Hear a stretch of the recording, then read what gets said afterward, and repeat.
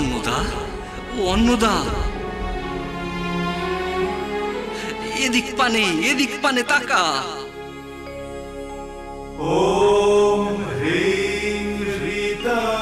ঠাকুর, পিতৃমাতৃতায় তো তোর শেষ। জীবনের একটা কর্তব্য তুই সম্পূর্ণ করেছিস। কিন্তু ঠাকুর, তুমি তো আমাকে স্ত্রী সন্তান সব দিয়ে মায়ার বাঁধনে বেঁধে রেখেছ। আমার এই মন্দিরকে তুমি সংসার বানিয়ে ফেলতে চাইছো। যত শিকল কেটে বেরোতে চাইছি, ততই তো শিকলে বাঁধতে চাইছো। শেকল কাটা তুই কেরা, মায়া কার তৈয়ার করা। সে যে মহা মায়া, সেই মায়া তৈয়ার করে আর সেই মায়া কাটায়। ওই ওই যে হাতে খাড়া খান দেখছিস, ওই খাড়া খান দিয়ে সে সময় হলে সব মায়া কাটতে দেবে। শোন, তোর আরো বড় কাজ আছে। কাজ? কি কাজ? তোকে আবার গেরুয়া নিতে হবে।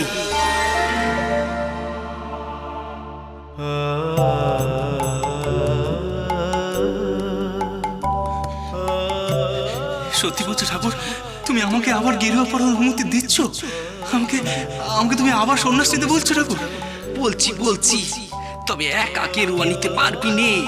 নিতে হবে দুজনকে একসঙ্গে। দুজন? আরেকজনকে? কেন, তোর সহধর্মিনী আমাদের মণি বউ। কি বলছো ঠাকুর? মণি বউ গেরুয়া পড়বে? পড়বে, নিশ্চয়ই পড়বে। তোকে কতবার কয়েছি তুই সন্ন্যাসী নোস, তুই হলি ঋষি। ঋষি আর ঋষি পত্নী একসঙ্গে গেরুয়া ধারণ করবি। কিন্তু ঠাকুর, মণি বউ যদি রাজি না হয়? ওরে, তুই এখনো তাকে চিনলি নে। স্বয়ং আদ্দামা তার কপালে হাত বুলিয়ে বলেছে তুই পরমা প্রকৃতির অংশ। কি বলছো ঠাকুর তুমি? ওরে, তার গপ্পে যে স্বয়ং অন্নপূর্ণা মা জন্ম নিয়েছে। তোর মণি বউ যে মহাসতীরা, সে যে মহাসতী মণি কুন্তলা, তাকে ছাড়া তোর যে চলবে নি।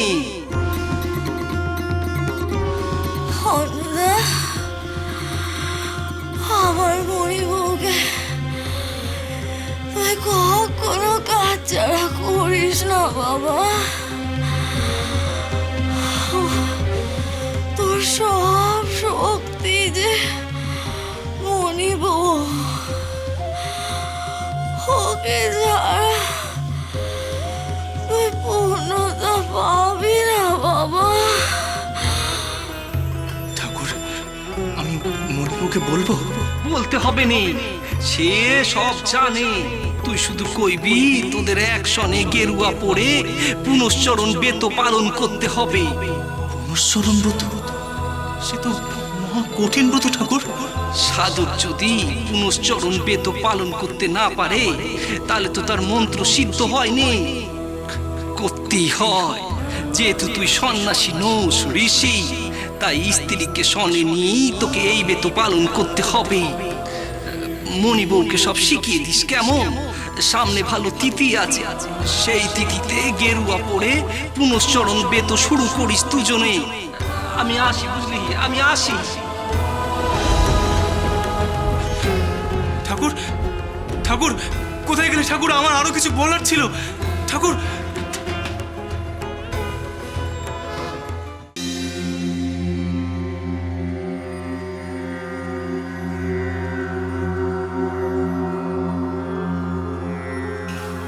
মণি বৌঠানকে এসবের মধ্যে জড়ানোর কোনো প্রয়োজন ছিল না। ওনার দুটো সন্তান আছে। বাবাকে ছাড়াও সন্তানেরা ঠিক থাকতে পারে, কিন্তু সন্তানকে মানুষ করার জন্য মাকে প্রয়োজন পড়েই। আজ সরলা মণি বৌঠানের ছেলেমেয়েদের দেখাশোনা করছে, কিন্তু ওকে রোজ পারবে? ওরও তো সংসার আছে, সন্তান আছে। গিরিশ, যা হচ্ছে ঠিক হচ্ছে। ঠাকুর শ্রীরামকৃষ্ণ বলেই থাকুন কিংবা অন্নদা নিজ সিদ্ধান্তে এই কাজ করে থাকুক, এ একদম ঠিক হয়েছে। আমি বুঝতে পারছি সচিন, তুমি কেন কথা বলছো। বৌঠান সন্ন্যাস নিলে, গেরুয়া পড়লে, পুরস্চরণ ব্রত পালন করলে যে ভক্তরা বৌঠানের এখানে থাকা নিয়ে প্রশ্ন তুলছিল তাদের মুখ বন্ধ হবে। সেই জন্যই তো।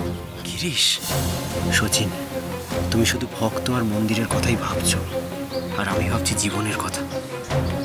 বৌঠানের জীবনের এই ঝড় আমার আর সহ্য হচ্ছে না। তাহলে তোমার মা শারদার ত্যাগের কথা জানা নেই গিরিশ? ঠিকই, তুমি মণি বৌঠানকে মা শারদা বানাতে চাইছো। মা শারদার দুঃখের জীবন বৌঠানের হলে তাহলে সকলে বৌঠানকে করুণা করে ভক্তি করবে, সেটাই চাও তুমি? গিরিশ, তুমি আমাকে ভুল বুঝছো। সচিন, ভক্তিবাদের জায়গা থেকে বেরিয়ে এসে মানবতাবাদের জায়গায় এসে দাঁড়াও। তুমি অনর্থক তর্ক করছো গিরিশ। তুমি কি ভাবছো ভক্তদের মুখ এবার বন্ধ হয়ে যাবে? হবে না, মিলিয়ে নিও।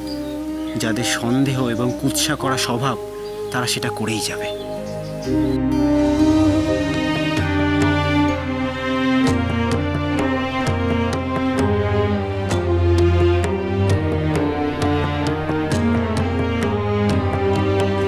কি মশাই, এতদিন ধরে তো খুব বলে আসছিলেন অন্নদা ঠাকুর স্ত্রী সংসার নিয়ে এখানে সংসার ফেলে বসেছেন। দেখছেন তো, উনি ওনার সহধর্মিনীটিকেও সন্ন্যাসিনী করলেন। অমন কঠিন পুরস্চরণ ব্রত পালন করবেন দুজনে। আমাদের স্ত্রীরা হলে পারতো না করতো? সবই দেখছি মশাই, তবে ভাবছি অন্য কিছু। আপনার ভাবনা এখনো গেল না মশাই, তা কি ভাবছেন শুনি? ভাবছি স্ত্রীকে তো গেরুয়া পরিয়ে দিলেন, তারপর অন্নদা ঠাকুরকে তবে ছেলে মেয়েকেও সন্ন্যাসী বানাবেন? ছি ছি ছি ছি ছি ছি, আপনার মন বড় নিচু মশাই। আপনি কি ভক্ত? আমার তো সন্দেহ হয়। না, মন্দিরের জন্য টাকা দান করেছেন, ট্রাস্টিতে আছেন বলে অন্নদা ঠাকুরের ব্যক্তিগত জীবন নিয়ে এরকম কথা বলার অধিকার আপনার জন্মায় না। এসব মন্তব্য আর করবেন না। সে আপনি আমাকে যা খুশি তাই ভাবতেই পারেন, আমার তাতে কিছু যায় আসে না। আমার কাছে আসল হলো শৃঙ্খলাবোধ, ডিসিপ্লিন। কিসের ডিসিপ্লিন? মশাই, আদ্যাপীঠের মন্দির তো আর তারাপীঠের শ্মশানভূমি নয় যে যে যখন খুশি এখানে এসে সাধনায় বসে গেল। আদ্যাপীঠকে কেবলমাত্র মন্দির আপনার মতন ভক্তরা ভাবতেই পারেন। কেবল আরতি, নাম, গান, ভজন, স্তব ভাবতেই পারেন, কিন্তু আমি ভাবি এটা একটা প্রতিষ্ঠান, একটা সংগঠন। আর এই প্রতিষ্ঠানের উদ্দেশ্য অনেক মহৎ। অনেক দূর যেতে হবে আমাদের, আর তার জন্য প্রয়োজন অর্থের।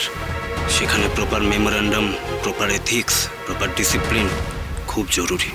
আর প্রপার ইমোশন? মশাই সব কিছুই বললেন, হৃদয়ের আবেগের কথাটাই এড়িয়ে গেলেন। চমৎকার। আদিশক্তি আদ্যাপীঠ, সোম থেকে শনি সন্ধ্যে ৭টায়, আকাশ ৮ ও প্ল্যাটফর্ম 8-এ।